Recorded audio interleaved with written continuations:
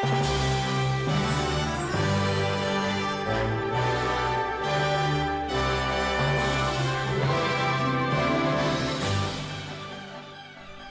everyone, Espionic here, and oh my god, this Nintendo Digital event was... Lady Palutena! Lady Palutena! Pit, don't interrupt! We have oh, who am I kidding? Lady Palutena! Yes! Guys, you have no idea how happy I was to see that she's going to be in the next Smash Brothers game. Oh my god. I was losing my mind once I saw her. It was... You guys have no idea how badly I want her to be in this game. She's my favorite character in Kid Icarus Uprising. She's just so funny. I just love how she trolls Pit all the time. My nickname for her is Trollatena. The trailer that they showed her, the second I saw her, I wanted to scream like a little girl, but I couldn't because I was watching this at the library. And the trailer was just really cool. It was an anime style trailer with Pit and Link fighting. It was really cool to see, and then Palutena stepping in, and Pit's like, Lady Palutena, and she's like, oh, I'm not here to save you, Pit, you suck at this. Flies him out of the arena, and just in the blatant shots of like her hips and her breasts where you can almost see under her dress, it was just be still bad beating hard. But anyway, and then we actually see the gameplay of her. Oh my god. She looks so fun to play as. She has like a bunch of different moves that you could give her with the customization and everything. It's just, god, I'm so glad she was here. This was definitely the highlight for me. And yeah, there's nothing else worth talking about in this digital event. So this is Espionic, and I'll be signing out.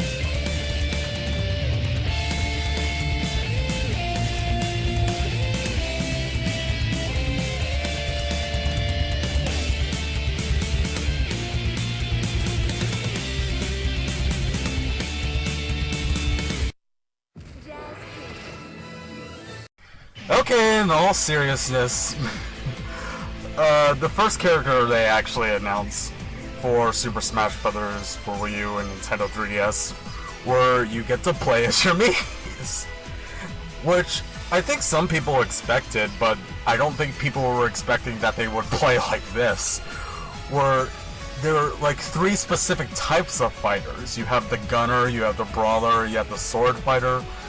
That's pretty cool. I can see people making all sorts of like people that they wanted to be in this game. Like, I remember people wanting Reggie to be in the game, and now he can be.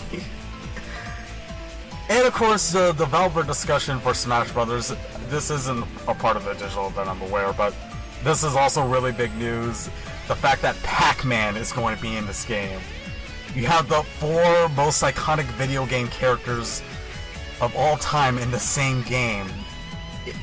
If you went back to your younger self, if you're part of my generation and you went back in time to tell your like 9 or 10-year-old self that this would ever happen, your mind would have just been blown.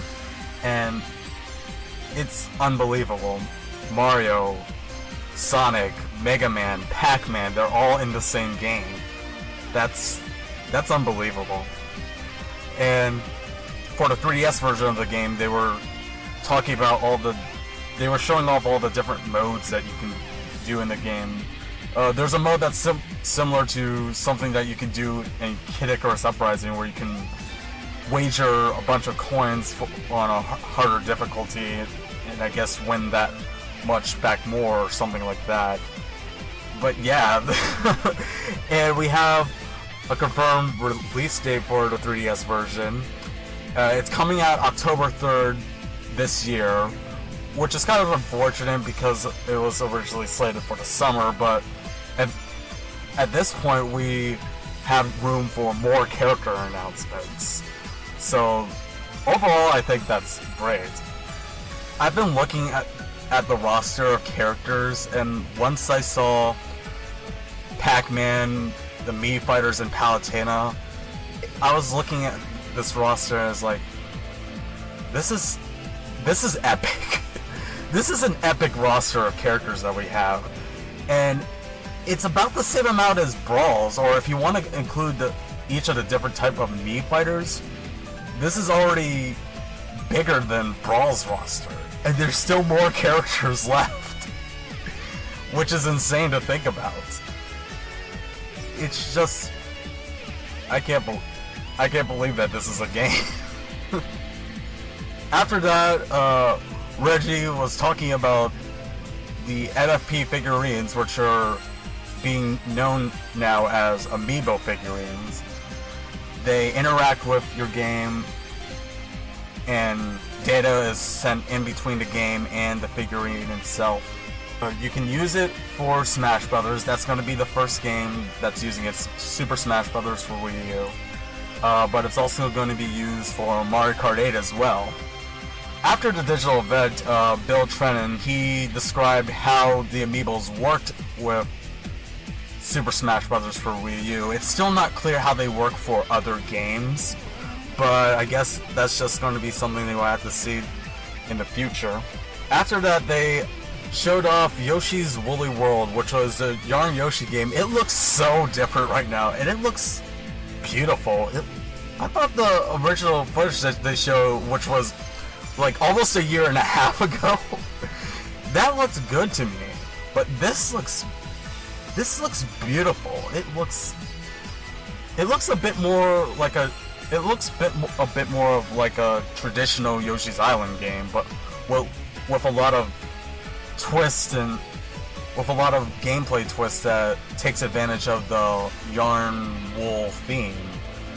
Where I love how when Yoshi eats the Shy Guy, he just completely unravels and then his mask is just left and it flies off the screen. I love the fact that you can have a two-player mode where you can even eat the other Yoshi and use them as an egg to throw at other stuff. That's really cool and creative. The fact that you can throw yarn balls at outlines of like platforms and pipes and just create them by throwing yarn balls at them. This yarn motif seems to really work for this game. And I've never actually played Kirby's Epic Yarn. It seemed like a pretty cool game. I've heard a lot of people complain that it's too easy and you can't die, but with Yoshi's Woolly World, it seems like it's going to be a much more difficult game. Because Tezuka, the supervisor of the game, he says it's not intended for younger players. Even though it looks like it should be enjoyed by younger players. But that's the thing about Nintendo games. If you have an open mind, you can enjoy pretty much any of their games. So yeah, I can't wait to play that game. It looks really cool.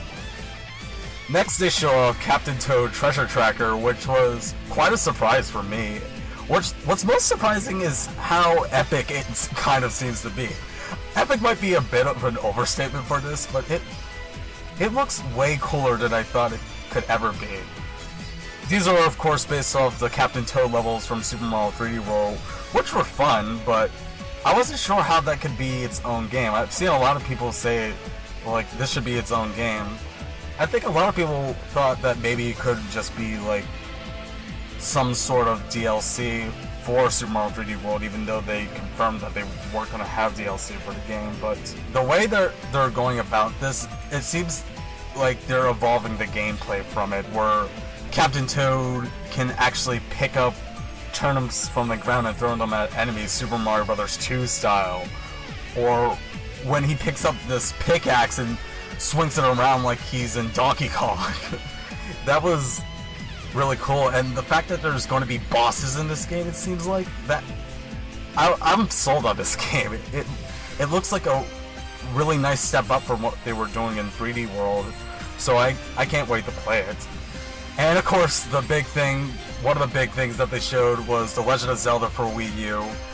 And Eiji Aonuma, who's the director of the series, he was talking about how this game came about, that they were inspired from the very first Legend of Zelda game, in which you have this big open world.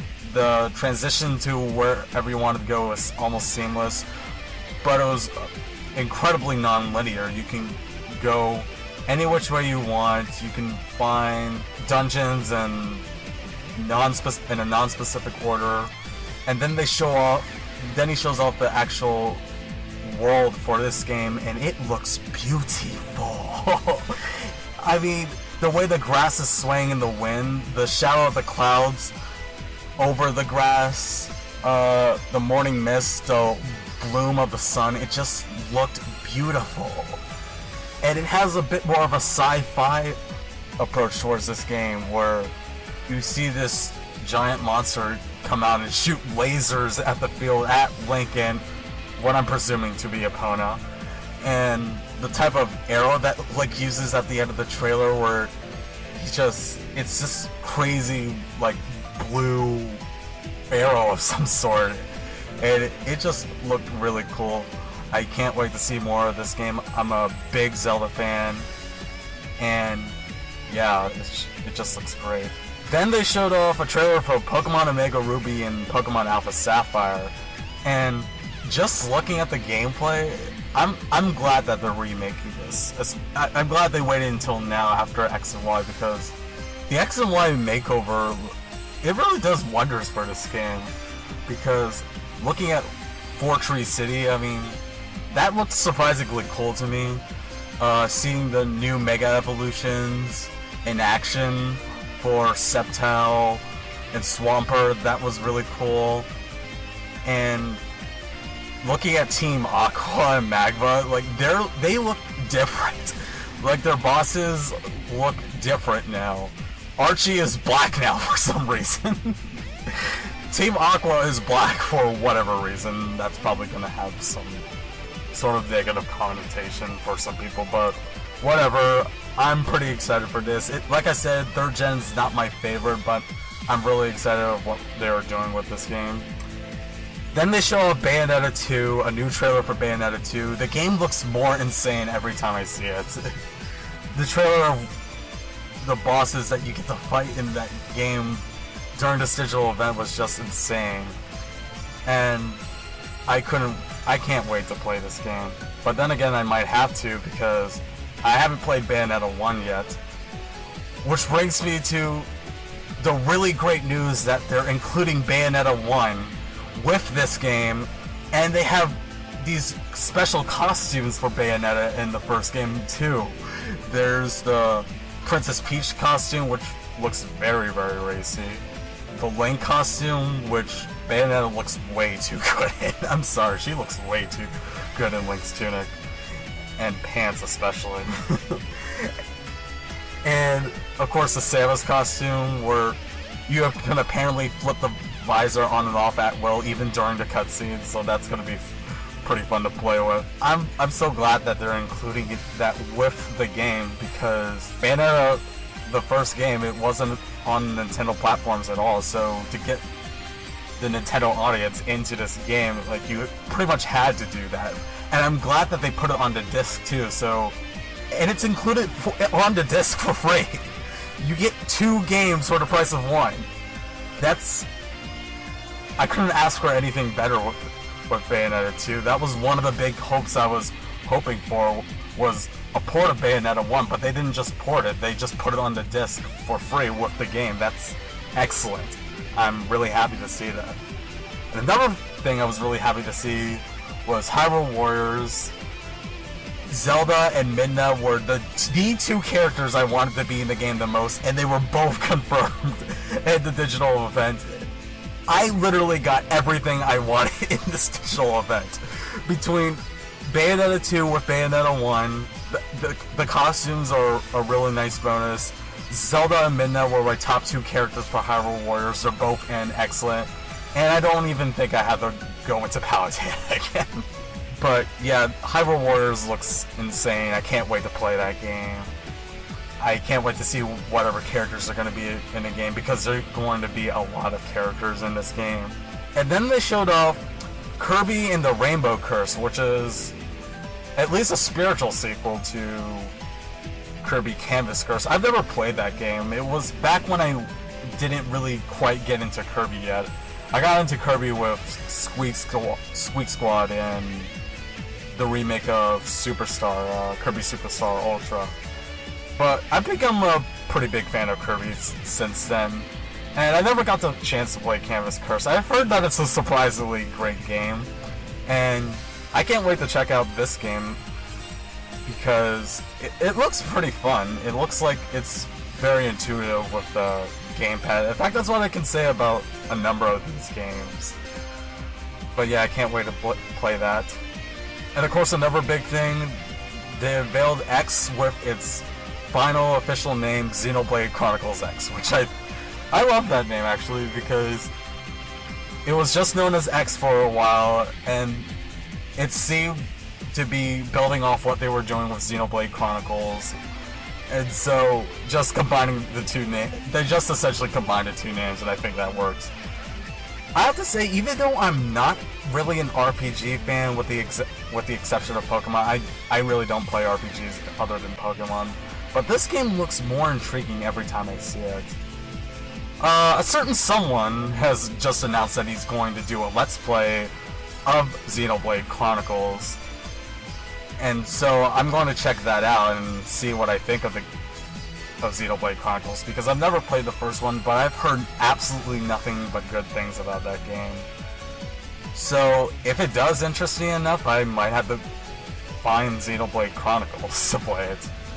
Then they announced Mario Maker, which is you essentially get to make your own Mario courses. They showed off two different skins, one of classic Super Mario Brothers and one of the new Super Mario Brothers U style. That's pretty cool. I think some people were probably just under the mindset that, like, you can do this online. I mean, yeah, you can with programs like Lunar Magic or stuff like that, but this seems like it's going to be a much easier way to make these levels. I'm not sure if I'm really into the idea of making these levels, but I can see why people would love doing this. Especially the troll people, because you can, for the classic Super Mario Brothers, you can put Hammer Brothers. You know Hammer Brothers in Lost Levels in the first game, they were terrifying. And to make them even more terrifying, you could put them like into a stack, you can give them wings. People are just gonna be trolling like crazy with Mario Maker. And I think I heard that there are going to be other skins for Mario Maker, not just the classic Super Mario Brothers and the new Super Mario Brothers style. There's going to be more than that, apparently, which is good. So yeah, I can't wait to see what people come up with for Mario Maker. Next, Nintendo actually showed off a new IP with online multiplayer, third-person shooting game. Splatoon. Splatoon seems like a really creative game. It seems like it's easily like the most creative shooting game ever. I love the style of this game where it's essentially paintball. Well, it's technically not paintball because it's ink. You play as these squid human-like girls. They look like girls, but that's probably because they're based off squids. You can transform between the human form and the squid form.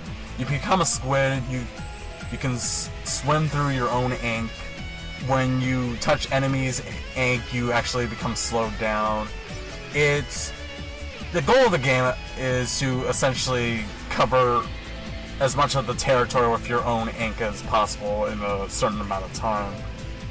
So using the strategy of traveling through your own ink, you're pretty much invisible when you're traveling through that ink. So yeah, I can see a lot of great strategy being implemented into this game. there are a bunch of different weapons that you can use that covers up more, that covers the environment with more ink. Using a paint roller to cover the environment with more ink. There's like a bazooka type weapon.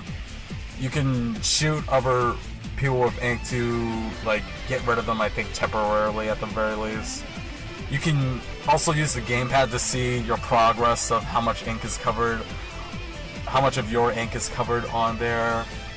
You can even tap one of your teammates on the gamepad to jump to that area. It looks like a very creative game. I'm not sure if I would be able to play this because I don't have internet, but it does seem like it's fun, and I can at least appreciate how much creativity is being put into this, because it seems like every third shooting game is the same nowadays. But that was the last game that they showed in the digital event, but Nintendo was far from done. They were far from done after the digital event.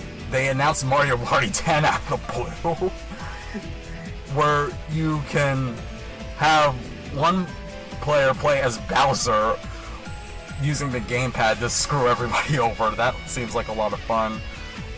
They announced Devil's Stir as an exclusive for the Wii U, which is great because it's in the same vein as Bayonetta 2. It was originally going to be made, but the publisher, I think, was THQ. They went out of business, but it seems like Nintendo is publishing the game and funding it, so yeah, I think it's great that Nintendo's saving these games from the abyss, I guess.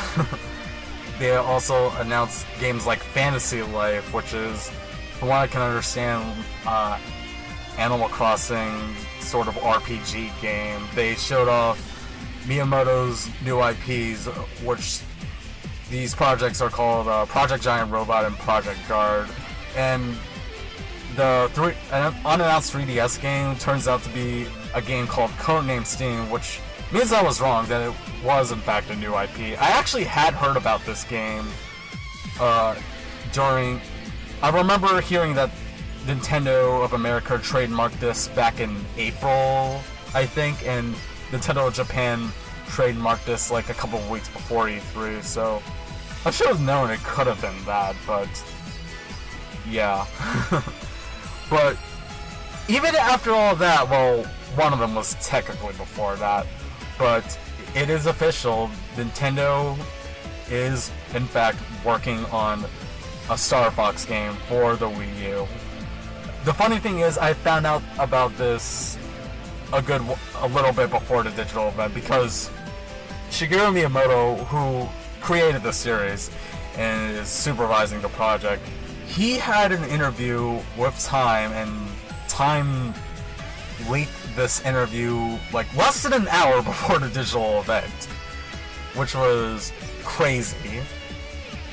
And apparently it was just already posted all over Miiverse. People were already uploading videos about it. The funny thing is, I wouldn't have noticed it if it wasn't for the fact that it was posted on the one site that I was going to. I'm just gonna give a big shout out to this site. I frequently go to a site called PlayerEssence.com. It is such a great site. I love the community of people that they have there. They upload tons of video game news daily. And that was the only site I went to. And when I went to that site, because I was going to watch the digital event on that site because I wanted to see the stream there, and that was the only thing I had open. And the very first thing I see is a new Star Fox game has been announced for the Wii U. Like, it's being developed for the Wii U. I'm like, wait, what? And this was like 20 minutes before the digital event. I was like, wait, what? What? It was crazy. And the funny thing is, Miyamoto's been talking about this game a lot since then. There's the Time interview. He's also talked about it in Entertainment Weekly, apparently. And now he's saying, like, it's going to be the year of Star Fox. He's already hyping this game up quite a bit. and we've barely seen anything of it, if anything. Now, to be perfectly honest, I've never really played Star Fox. I've never been into Star Fox. I know a lot of people have been begging and begging for this game, and sometimes they're super annoying about it, so that kind of turns me off of the game even further. But I know a lot of people have been just waiting for this game for such a long time, and I'm willing to see what it's like. If it looks cool, I'll definitely play it. But like I said, I've never been into Star Fox, so I'm just gonna have to wait and see for that. And after that, after all of that, at the end of E3, it was officially announced that they're going to be making not one, but 2 Metroid games. One 2D and one 3D. And in case you don't believe me, here's a quote from one of the producers at Nintendo. His name is Shinya Takahashi, I believe. So it has been a while since we released the last one, and we're having discussions internally about what we can do next. So at this point we have 2 different types of Metroid games. We have the Prime style of Metroid game, we have the more traditional style of Metroid game. We feel that we do need to take care of both of these styles of play, and the hope is that at some point in the near future we'll be able to share something about them. Yeah. Metroid, Star Fox. We're getting both of those. And 2 Metroid games at that matter. One classic, one Prime style. Like Star Fox, I've never actually played Metroid either. Metroid I am a bit more interested in than Star Fox, since it seems a bit more what I would enjoy gameplay-wise. But like Star Fox, people have been super annoying about this, and that kind of turns me off of these games too. But Metroid, it's always seemed like something I would actually like, but I've never actually played it. I've been meaning to pick up the Metroid Prime trilogy, but that's not easy to find. So I'll just, like with Star Fox, I'll see if it looks interesting enough to me. I'll definitely give those a shot. But people were really annoying about this because people are acting like the last Metroid game was like 15 years ago. It hasn't been that long. It's only been 4 years, people. My God. They were acting like Nintendo completely forgot about Metroid 4 years ago for some reason. It was just whatever. But yeah, the fact that they're making both Star Fox and Metroid is... How can fans not be happy about that? Especially how much that they've begged for these franchises to come back. Now we're going to talk about the presentation of this thing, because it was phenomenal. It was an absolutely phenomenal presentation. The robot chicken skits were hilarious. Nintendo just essentially took a humongous take that / STFU to their critics / fans / haters who whined that they weren't going to do a press conference, complaining that there's too much Mario and not enough Star Fox. It was so glorious and satisfying to see, because I've seen all of this for a long time. It is annoying. and they didn't even exaggerate them either. That's really how they act. So seeing Nintendo fire shots back at them, I normally don't condone that thing, because especially with Nintendo, I would expect them to be more professional, but this was just too funny for me to care. It was just incredible. And Iwata and Reggie's epic showdown, that was just... I could not believe my eyes when I was seeing it. It was just unforgettable. I will never forget this event for the rest of my life. I think this is probably the best E3 Nintendo's ever had. And before this, I was in an absolutely miserable mood. I was just so depressed before seeing this because of a personal humiliating thing that happened to me that I thought I had gotten past, but it's come back to haunt me. But the second I was watching the digital event, that depression just completely disappeared. I've been smiling nonstop since seeing the digital event. Nintendo, thank you. Thank you so much for this. And yeah, Nintendo wins. And I don't mean winning E3. Who really cares about winning E3? Nintendo wins life. Their presentation just shows that Nintendo wins life. So yeah, like I said, I am going to have further discussions on some of the games I want to talk about even further into. My brother's going to be joining me for discussions on Hyrule Warriors. He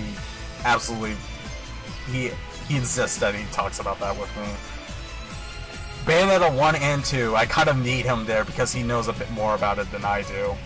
Pokemon Omega Ruby and Pokemon Alpha Sapphire, Super Smash Brothers, of course, and Yoshi's Woolly World, where those are the games that both of us are going to be talking about.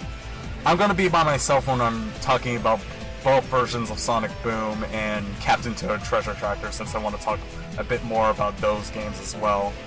So yeah, this was just... And keep in mind that I loved last year's E3 Direct. This destroys it. This thing just destroyed it. Man. So yeah, that's gonna be it for this video. I'll be uploading the other videos as soon as I can. This has been Espionic, and yeah, enjoy gaming and enjoy life, everyone.